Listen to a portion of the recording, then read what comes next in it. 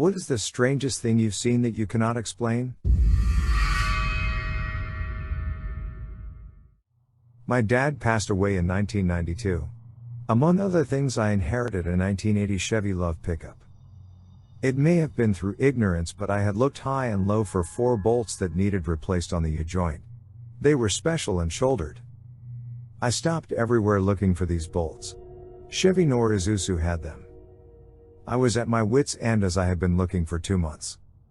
One day a buddy of mine and me stopped at a hamburger joint that had a parts store next to it. We got out and I said I am gonna check this parts store, and I had one of the bolts in my hand.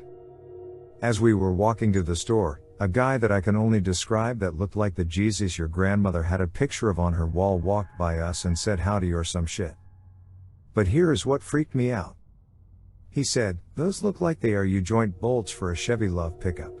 I bet you are having a heck of a time." Yes, he said, heck, finding them. "Come over here, I think I have some in my truck." He walked over to his truck, looked in a 5-gallon bucket and handed me 4 perfect bolts exactly like I needed. My jaw dropped. I tried to pay him or buy him a hamburger and he said no, just help someone else out if you get the chance. That was 28 years ago and I remember it like it was yesterday. My dad had a really complicated case of thrombosis. It was bad that only 2 hospitals in the country were equipped to handle it. Long story short, he was in intensive care and had to be airlifted to the most famous hospital in Brazil. This process took the whole night. I remember my mom telling me at 6 a.m. that he was stable and then the visitation time would be like 7 hours away, so I went to get some sleep. I don't remember specific details, just a very obvious loving figure that sounded just like my grandpa, his dad, already deceased, telling me to relax. It was not my father's time. When visiting time came, due to my good mood and spirit, my dad asked me if I understood what he had, since Doc told us his chances of recovery were slim. Then I told him about the dream. He cried and hugged me. He spent over 10 days in ICU and over a month in recovery, but is healthy and happy today. Never had my grandpa, or anyone else, visit me, before or since. I had a dream one night that a former coworker, friend one, who I rarely interact with, was pregnant. In the dream I was back at my old office and they were explaining to me that I was going to fill in for her. I was very alarmed and like, oh heck no, I left y'all last year and went to new place. She came up and was very pregnant and was like, oh come on, it's just while I'm on leave. I told my husband because it was weird and we joked about how awful it would be for me to have gotten out of that workplace just to have to go back. Maybe a week later I dreamed about a different friend two, I rarely speak with, being pregnant as well. The next week I run into friend one somewhere and joke about the funny dream I had where she was pregnant. She is like, OMG, tells me she is and they haven't told anyone yet, that she's waiting. I laugh it off and later tell my husband about it. He jokes and is like, didn't you dream friend 2 was pregnant? Lol, you should give her a call. It's even funnier because friend 2 is my age and like me has older children. We're way too old to be starting over. I laugh it off. The next day, as an afterthought, I'm bored and driving a long distance. I call friend 2 about the funny dream and my husband's joke that I should call her. Turns out she is also pregnant and they haven't told anyone because they're having ultrasounds and endo first due to her age and all. My youngest daughter would always beg to buy the seasonal decorations when we'd go shopping. She passed away from a brain tumor when she was 5, and as a way to cope I started buying those seasonal decorations and now decorate my house with them as the seasons and holidays change. Her favorite were these colorful birds from Target. A couple of years ago, just before Easter, I was deep cleaning the house. One of the Easter birds went missing. I assumed one of my older kids had knocked it off the shelf with their backpack as they had left for school that morning. I looked around where it should have fallen, but couldn't find it. We had a younger dog who loved to chew up everything he could find. I checked all his usual hiding spots, but couldn't find it. I continued to clean the house, vacuum, dust, full top to bottom cleaning of the common areas of the house since I was home alone for the day. Finally I'm done and still haven't found that bird. I've found a lot of missing socks, Legos, and other crap. I grab my cleaning stuff and say out loud, daughter, it's okay if you're playing with it, But will you let me know somehow so that I know the dog didn't destroy it? I walk out of the living room and put the cleaning stuff away under the kitchen sink. I come back into the living room and there that bird is. It is standing on its feet in the center on the living room floor. These birds have pipe cleaner-like feet, so they were difficult to get to stand right, and it is standing on its feet. I got a chill. I picked it up and looked it over. There weren't anything teeth marks or slobber, so it hadn't been in the dog's mouth. I just said, "Thanks, daughter. You're welcome to play with it whenever you want," and put it back on the shelf. I have no way to explain it other than the paranormal. Years ago, when my wife was pregnant with our second child and about to give birth, my mom came to stay with us for a few days to help take care of our oldest child. One early evening, Mom asked for a pen, paper, and an envelope. When I gave them to her, she wrote on the paper, sealed it in the envelope, and gave it to me, saying, "Put this in your pocket and don't open it. You'll know when," she said. 30 minutes later, my wife announced it was time to go to the hospital. She was in labor. So we did, and about 9 hours later our second daughter was born at 3:45 a.m. She weighed 8 pounds, 11 ounces and was 20 inches long. This being pre-cell phone days, I called my mom from the hospital to tell her the news. She answered the phone and immediately said, "Before you say anything, open the envelope." I did. It said, "Girl 3:45 a.m. 8 pounds, 11 ounces 20 inches. I kept that paper for years. When my mom died, I went to our documents safe where we kept it, but it was gone.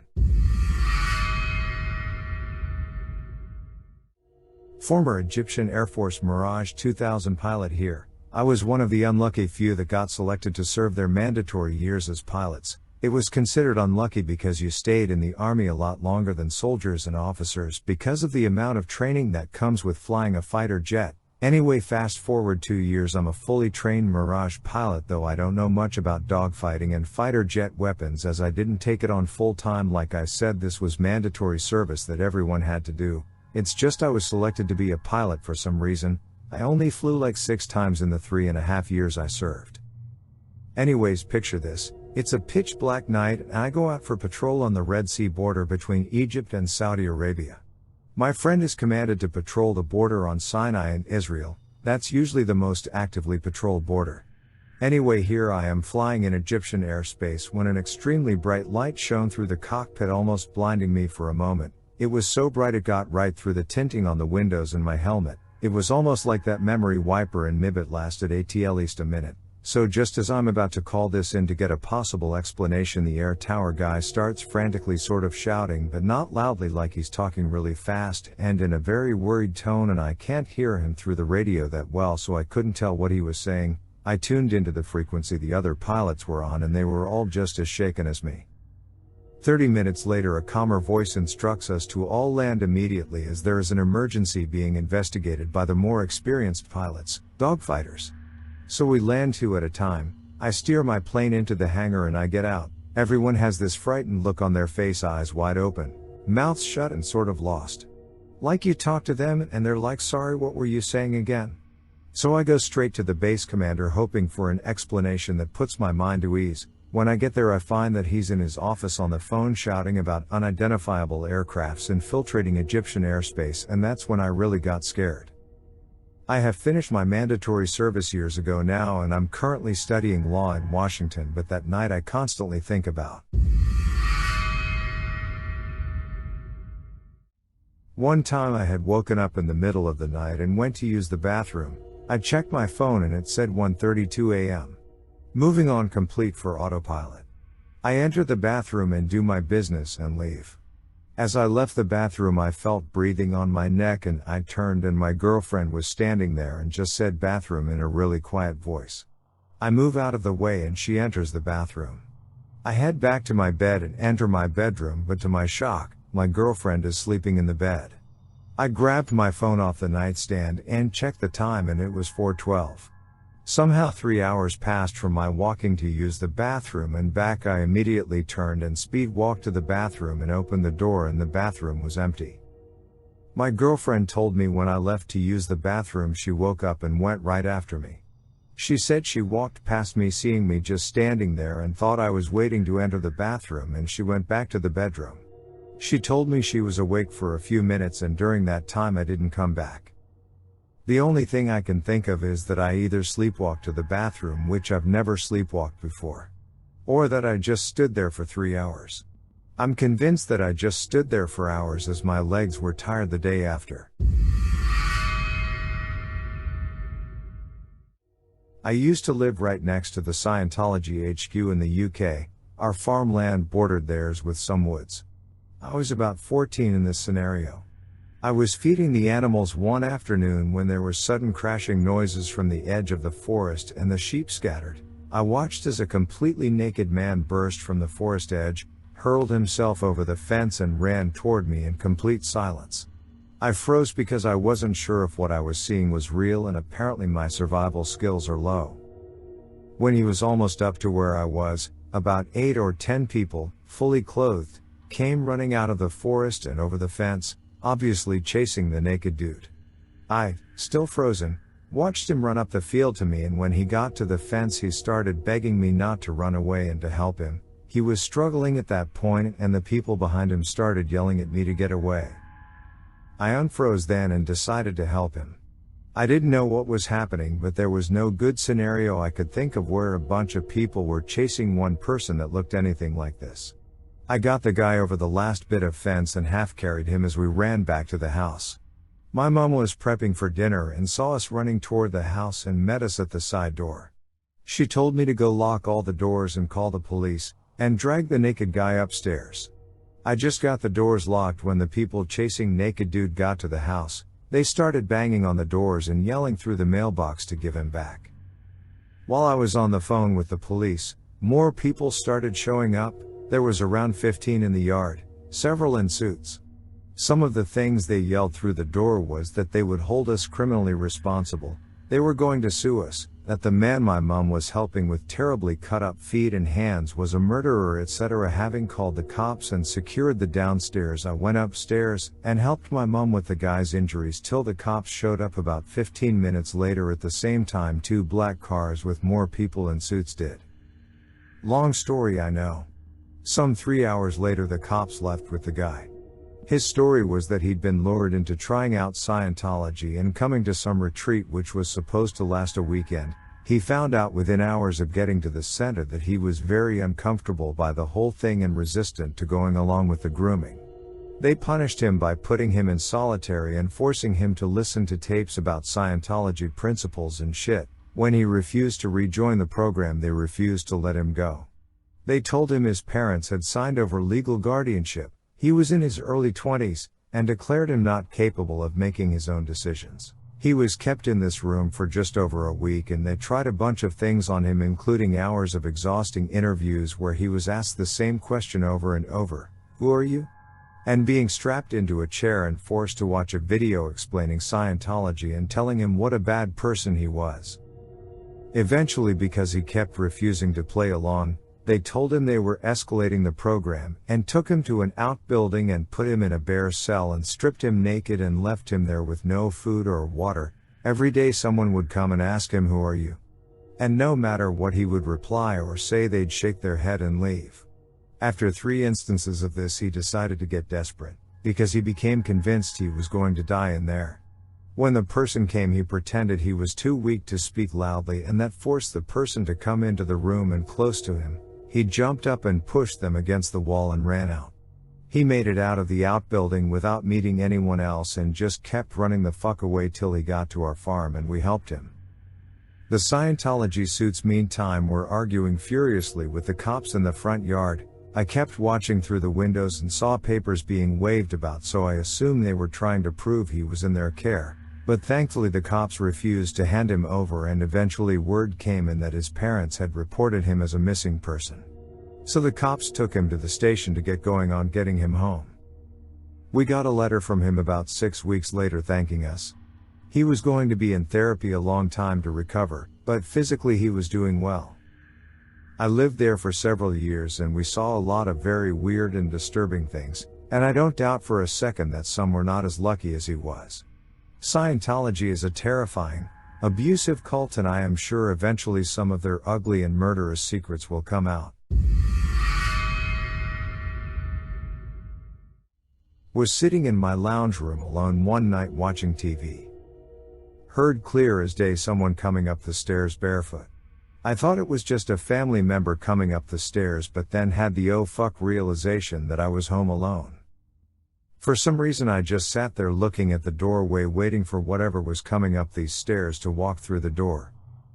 Heard the staircase creaking and everything, heard the bare feet get to the top of the stairs, step onto the tiles and take the 3 to 4 steps it would take to be inside of the doorway to the lounge room I am sitting in. But nothing came through the door, sat there for about 5 seconds waiting. Said to myself out loud, fuck dealing with that right now, and kept watching TV. I've heard other things like glass moving and footsteps and all that, but the second most notable thing I can't explain was me and my mom hearing something talk to our dog downstairs in a like mumbled male voice we couldn't understand. If I heard that on my own I'd have just thought it was my brain playing tricks, but my mom also heard it. I was an RA when I was in college. All the RAs would come back a week before the winter semester started for training, which meant no students were back in the dorms. We were the only ones in the building. One night, I heard the door to my shared bathroom open. The sound of the doorknob turning woke me up, so I kind of groggily said my suitmate's name. She would sometimes come through the bathroom to talk or ask me for advice. Then I realized, my suitmate was on an extended holiday in Italy, so no one should have been in our suite at all. I immediately shot up and looked toward the bathroom door. It was almost pitch black in my room, but next to the bathroom door, I could see the perfect outline of a human face wearing a flat-brimmed hat. I couldn't see the details of the face, but I could see shadows where the eyes, mouth, and nose would have been. It was as if someone was standing next to the door, staring at me. I had no idea what to do, because no one was back in the dorms. I knew that the nearest RA was 2 floors away and wouldn't hear me scream for help. I stared at the face for a few seconds, and it stared back. Then I shifted slightly on the bed and it completely disappeared. I got up to check the door, and it had been closed the whole time. It's been almost 7 years and it still freaks me out when I think about it. I was taking a trip with my then girlfriend and we had to cross the Hudson River to get to where we were going. There are only a handful of bridges across, and I know them all from having grown up in the area. On that particular trip we were supposed to take the Bear Mountain Bridge, but I got off the wrong exit and passed it. We decided it wasn't a big deal. The next bridge, the Newburgh Beacon, was actually closer to where we were going. It would just bring us over a little bit past our destination, but not enough to really matter. So we kept on driving, not really paying specific attention to where we were since it was probably 20 to 30 minutes until we got there. Well, we never crossed the Newburgh Beacon that day. We also never crossed the Bear Mountain. And we certainly didn't drive an extra half an hour to the mid-Hudson or turn around and go back to the tap. When we did take a minute to check where we were and how close the bridge was, we found we were already on the other side of the river. No bridge, we were just already there. So either there's a secret tunnel somewhere under the river, we had our memories erased, or we found some kind of spatial rift somewhere in the Hudson Valley. I used to work nights. It was a fairly simple job and I was pretty much alone in an abandoned building. I was basically security to prevent people from coming in and clearing people out if there were any. Occasionally you'd get some teens hanging about, the odd homeless person or some YouTubers filming, but nothing out of the ordinary. I understand that the night and your brain can play tricks on you in the dark and when you're tired, but I don't know how to explain what I saw, and I'm sure there is a logical explanation for it. I just went into a room. It was pretty much empty. I saw 3 shadows on the wall, but there was nothing to explain how the 3 human shadows were there. It was just really creepy and I got really bad vibes. So I just went out and I saw a very tall, slim, not of this world figure on the other end of the hallway, so that was me done. I know there's probably a reasonable explanation for it, but it was certainly unexplainable at the time. Thanks for watching. Subscribe for more.